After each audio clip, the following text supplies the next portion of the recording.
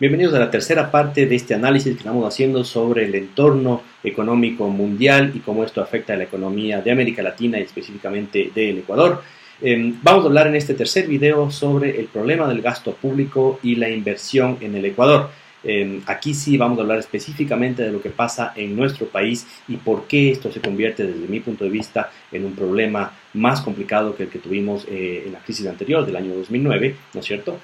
Y es básicamente porque yo quisiera que se hagan la pregunta de ¿puede o no puede el gobierno levantar la economía ecuatoriana hoy por hoy haciendo política contracíclica? ¿Por qué esta pregunta? Porque lo tradicional, ¿no es cierto? La política normal en épocas de crisis es que el gobierno ponga más dinero en la economía, haga más gasto, haga más inversión. Es la receta keynesiana, digamos, ¿no es cierto? En términos generales. Y es lo que se hizo en la economía en el año 2009. Y la gran pregunta que tenemos que hacernos es, ¿podrá el gobierno ecuatoriano sacarnos de la crisis de la misma forma en que nos sacó en el año 2009? ¿No es cierto? Si es que ese fuera el caso, de que el gobierno nos ha sacado o no, pero eso no está en discusión en este video, sino básicamente entender si podemos hacer lo mismo que hicimos en el año 2009. Y aquí la gran respuesta, en cambio, de este tema es que, bueno, efectivamente no va a poder hacer lo mismo porque no hay suficiente dinero para hacerlo. Para hacer política contracíclica hay que tener reservas en algún lado o tener líneas de crédito disponibles para poder hacer frente a la caída, a la recesión o la crisis económica. Entonces les traigo un grafiquito que me parece interesante, que es nos permite ver cuánta es la cantidad de reservas disponibles que había al momento de la crisis. Y aquí vamos a ir al peor momento de la crisis del año 2008, ¿cierto? Que es septiembre de ese año, septiembre de 2008. Teníamos reservas guardadas en el Banco Central, ¿no es cierto?, al momento de la crisis de alrededor de 6.500 millones de dólares. No todo era líquido, no todo era totalmente disponible para tomar y poner en la economía, pero una buena parte sí lo era, ¿no es cierto? Podemos hablar de alrededor de 4.000 millones de dólares que estaban disponibles para tomarlos y poder hacer política contracíclica. ¿Cuánto representaba eso del PIB de ese momento en economía? Representaba el 11% del PIB. Es decir, era una cantidad adecuada y esto nos permitía justamente hacer lo que hizo el gobierno en ese momento, que es tomar e invertirlo en economía para un poco poner la bola a moverse nuevamente en economía, ¿no? ¿Cuánto tenemos hoy por hoy? Digamos, bueno, podemos tomar la cifra que tengo en este momento en esta presentación, que es de julio del año 2015, que la cifra no ha cambiado demasiado, es alrededor de 4.500 millones de dólares. ¿Cuánto representa esto de la economía o cuánto representa con respecto al PIB? Representa entre un 4 y 4,5%. Ahí tienen ustedes las dos dimensiones. En el año 2008 teníamos 11% del PIB reservado y hoy tenemos menos de la mitad, ¿cierto? Un 4,5%.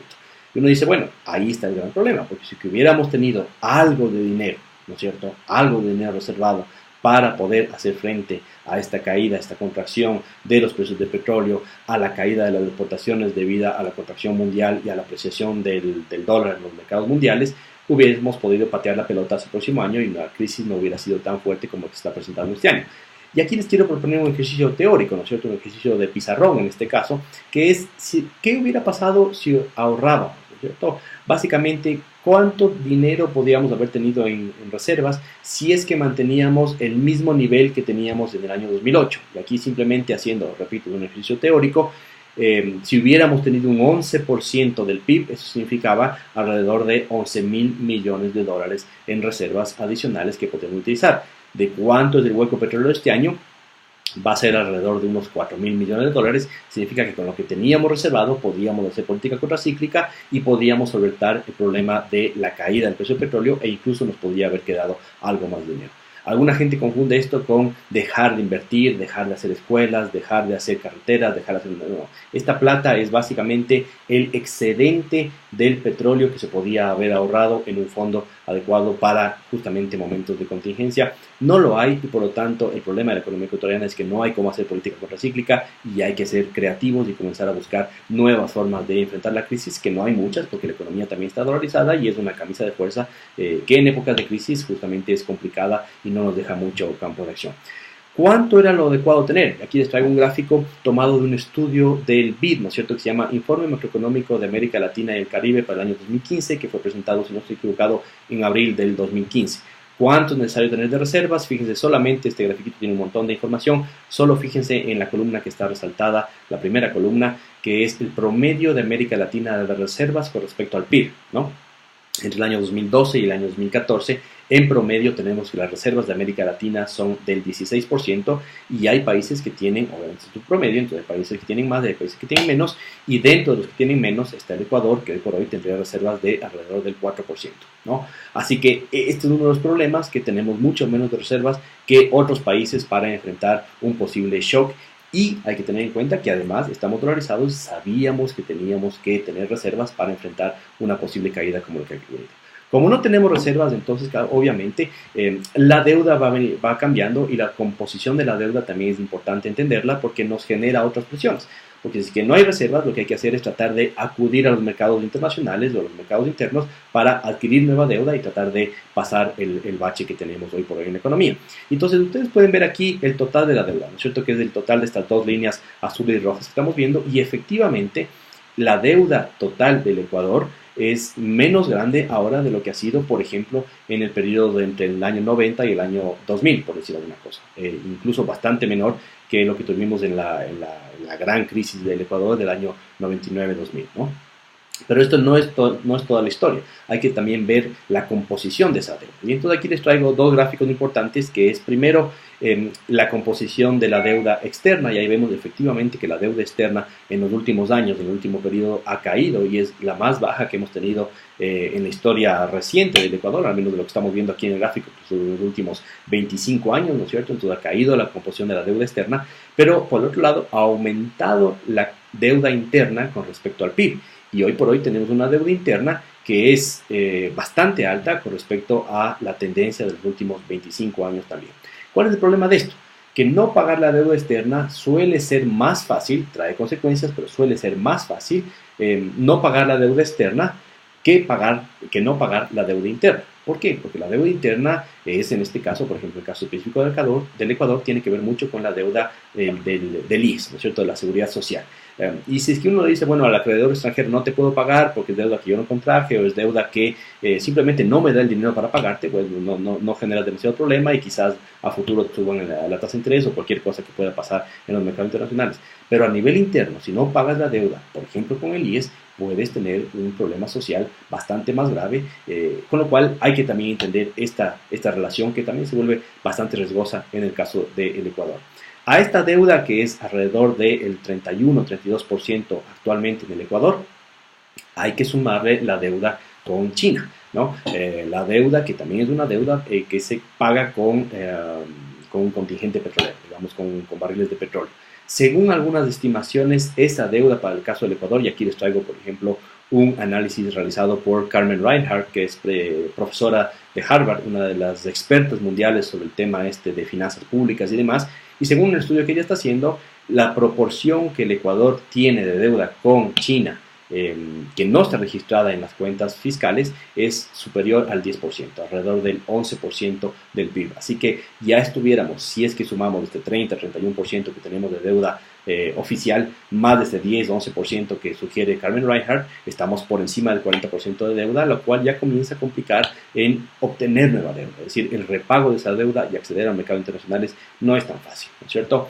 ¿Qué es lo que está pasando adicionalmente? Es que el déficit del gobierno con respecto al PIB está creciendo y se está haciendo cada vez más negativo. Y si vemos entre el año 2013 y 2014, tuvimos el déficit del gobierno central con respecto al PIB más alto que hemos tenido en los últimos 25 años. Y eso es preocupante porque obviamente tuvimos también en esos periodos, entre 2012, 2013 y buena parte del 2014, precios de petróleo tremendamente altos, y a pesar de esos precios de petróleo altos, el déficit del gobierno con respecto al PIB ha crecido y se encuentra en porcentajes casi insostenibles. ¿Qué es lo que va a pasar? Que hay que contraer ese déficit, ¿no es cierto? Y eso significa menos gasto del gobierno, menos salarios y menos inversión también, como vamos a ver en los siguientes gráficos. ¿Dónde está el problema de la economía ecuatoriana? Y es un problema estructural, es un problema que lo venimos viendo ya desde hace varios años, pero que obviamente cuando uno entra en crisis se comienza a hacer más notoria la problemática. Entonces vamos a ver, aquí tenemos un gráfico de cuánta es la inversión total pública y privada entre el año 2000 y el año 2013, que es lo que está publicado en el Banco Central. Es un gráfico publicado y tomado de la rendición de cuentas que hizo el Banco Central a inicios de año. Entonces lo que vemos es que la proporción de la deuda pública, de la inversión pública y privada ha cambiado en la economía ecuatoriana. Antes del gobierno actual, ¿no es cierto?, podemos tomar el año 2006 como una referencia, la inversión privada representaba casi, redondeemos, ¿no es cierto?, el 77-78% del total, y la inversión pública representaba el resto, ¿no es cierto?, una cifra cercana al 20%. Actualmente lo que tenemos en la economía ecuatoriana es que la inversión privada ha caído alrededor del 47-48% del total y la inversión pública representa casi el 52% del total. Es decir, la inversión pública es mayor que la inversión privada en la economía ecuatoriana. Ese es un tema. Pero adicionalmente, si es que uno ve cómo ha crecido la inversión pública y cómo ha crecido la inversión privada entre el año 2006 y 2013, por ejemplo, para tomar una referencia, vemos que la inversión privada en el Ecuador ha crecido al 60%, mientras que la inversión pública ha crecido en 600%, 10 veces más. Esta situación, esta composición de la inversión en una economía como la ecuatoriana, prácticamente en cualquier economía del mundo, pero en la economía ecuatoriana específicamente, no es sostenible. Esto lo veíamos desde varios años como un problema, porque obviamente si es que el precio del petróleo se cae, como es el caso actual, y se caen los ingresos por el lado de los impuestos, que es el menor dinamismo de las empresas y demás, obviamente tenemos un hueco y tenemos una crisis económica, que es lo que estamos sintiendo. ¿Qué es lo que está pasando hoy por hoy? Que obviamente esto tiene efectos sobre la capacidad de gastar y sobre la capacidad de invertir del gobierno central y del Estado ecuatoriano. Así que aquí veamos muy rápidamente una evolución del gasto en sueldos y una evolución del gasto en inversión. Las barras que ustedes ven, ¿no es cierto?, tienen que ver con cuánto es en millones de dólares el gasto del gobierno central en sueldos y en inversiones, pero sobre todo me interesa que ustedes vean las líneas de tendencia, ¿no? La línea de tendencia nos permite ver que en sueldos ha habido un aumento de sueldos en los últimos meses, ¿no? Y que lastimosamente la parte de sueldos no se ha reducido tan fuertemente como la parte de inversión pública. Ustedes pueden ver la línea ahí de color naranja, tiene una tendencia de crecimiento o una pendiente de decrecimiento bastante más fuerte, que es la parte de la inversión, con respecto a los sueldos. Así que en los próximos meses vamos a seguir viendo una tendencia de decrecimiento en la parte de inversión, pero varios analistas sostienen, y yo tiendo a coincidir con esto, que en la parte de sueldos también vamos a tener que ver un ajuste porque no hay más dinero y la economía no se está recuperando. Así que con todo esto, quiero hacer una conclusión, ¿no es cierto?, de lo que hemos visto prácticamente en los últimos 3 videos, ¿no?, que es el entorno internacional, que es el entorno de proyecciones económicas para el Ecuador, qué es lo que está pasando con el petróleo, qué es lo que está pasando con China, y cómo esto afecta a las cuentas fiscales en el Ecuador. Así que el resumen es que la crisis es más fuerte que la experimentada en el año 2009, ¿no? A inicios de año se pensaba que quizás iba a ser menos fuerte, pero hoy por hoy, con todas las cifras que tenemos, viendo el panorama mundial, podemos ya comenzar a decir que va a ser más fuerte que lo que tuvimos en el año 2008-2009. El año 2015 cerrará con un crecimiento del PIB negativo. El año 2016 será igual de frío que lo que tuvimos en la segunda mitad del año 2015, así que en su empresa, en sus ventas, usted ya estaba sintiendo una caída. El 2016 no va a ser mucho menos de lo que tuvimos durante estos últimos meses, quizás puede ser igual de complicado o posiblemente más complicado. Los fenómenos naturales pueden complicar aún más el panorama, ¿no es cierto? Sabemos que hay fenómenos naturales relacionados con los volcanes en la serranía ecuatoriana, y el fenómeno del Niño, que también está confirmado, aunque ventajosamente parece que es menos fuerte de lo que anticipábamos, pero obviamente ahí también va a haber unas complicaciones adicionales. Es un año político en medio de una crisis que suele tener unas condiciones diferentes, y hay que también analizarlo y tener un poco de cuidado de que se tomen las mejores medidas económicas, así sea un año político, un año de elecciones. Se profundiza más o menos la crisis dependiendo del precio del petróleo, es el gran tema que tenemos que tener en cuenta, y lastimosamente la economía ecuatoriana no ha logrado dejar de depender del precio del petróleo.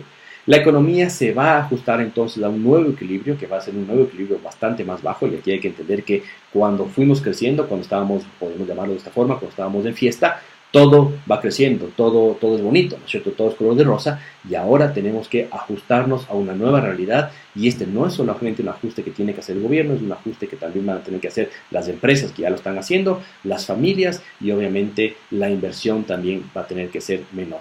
La dolarización se mantiene, y esto es muy importante decirlo, la dolarización es nuestra mejor herramienta todavía para enfrentar la crisis. Si no estuviéramos dolarizados, ya estuviéramos en una complicación aún mayor de la que tenemos en la economía ecuatoriana, pero los sobresaltos obviamente se van a mantener, y hay que evitar los rumores infundados que nos pueden llevar a un escenario mucho más complicado.